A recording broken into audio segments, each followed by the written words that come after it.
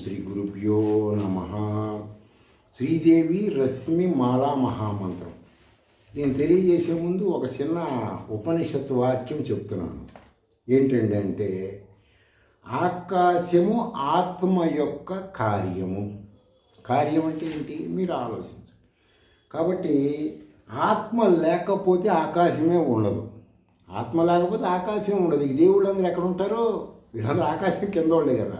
కాబట్టి నువ్వే దేవుడివని నమ్ము. ఉపనిషత్తులు చెప్పినాయి, నువ్వే పరబ్రహ్మము, బయట ఏమీ లేదు, పరిగెత్తద్దు, నువ్వు ఉన్న చోటే అన్నీ వస్తాయి. సరే, శ్రీదేవి రశ్మిమాల ఏంటండి? ఓం శ్రీం హ్రీం నమ శివాయ, శ్రీం విజయదేవ నమ, ఐం హ్రీం శ్రీం ఐం క్లీం సౌహు, శ్రీం విజయదేవి నమ. మరి ఈ మంత్రం చేసుకుంటున్నాం కానీ రోజుట్లాగా దీనికి కూడా ఏదన్నా ఒక నెగిటివ్ ఎనర్జీ పోవడానికి మేము ఏదో ఒకటి చేసుకోవడానికి చెప్పండి దీంతో పాటు అంటే నేను చెప్తాను, చేసుకోవచ్చు, ఇబ్బంది ఏం లేదు. అయితే ఈ శబ్దాలు ఇవన్నీ కూడా మీరు ఒక్కసారి వేదాలు చదువుకున్న వాళ్ళ దగ్గరికి వెళ్ళి వాళ్ళకి దక్షిణ ఇచ్చి వాళ్ళని సంతృప్తిపరిచి మీరు ఇది శబ్దార్థం తెలుసుకొని ఆచరిస్తే అత్యంత శీఘ్రంగా మీకు ఫలితాలు వస్తాయి. మీరు తప్పులు చదువుతారు కాబట్టి అలా చెబుతున్నాను. మేము చదువుతామని గ్యారంటీ కంటే చదువుకోండి, నాకేం అభ్యంతరం లేదు. ఏమని ఉంటుంది? ఐం హ్రీం శ్రీం ఓం నమో భగవతే శ్రీ కార్త వీర్యా అర్జునాయ అస్మద్వస్తు లుంపక చోరాన్ సహస్రభుజై దశ దిక్షు బంద బంద చోరాన్ ధరిత్రి ధరిత్రి టహ టహ స్వాహ.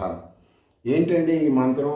మీరు ఇందులో టహ అనేది గతంలో మీరు బీజాక్షర పరంగా చెప్పినప్పుడు టహ అంటే చంద్రబీజం అని చెప్పారు కదండి.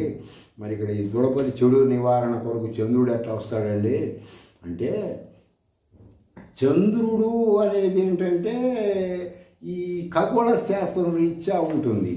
బీజాక్షరాల పరంగా ఎందుకు చెబుతారంటే, మానవుడి శరీరంలో హ్యూమన్ బాడీలో సైంటిఫిక్గా ఉన్న గ్రహ నక్షత్రాలని ఖగోళ శాస్త్రం రీత్యా, ఈ ఖగోళం అంటే ఫలిత జ్యోతిష్కంగా తీసుకోవద్దండి. మీరు వేదం అంగీకరించదు ఫలిత జ్యోతిషాన్ని, ఖగోళ జ్యోతిష్కం. దాంట్లో మనస్సు మీద 15 రోజుల పాటు చంద్రుడు, 15 రోజుల పాటు శుక్లపక్ష కృష్ణపక్ష చంద్రుడు ఎలా ఉంటాడో ఆ విధంగా మనసు పనిచేస్తూ ఉంటుంది.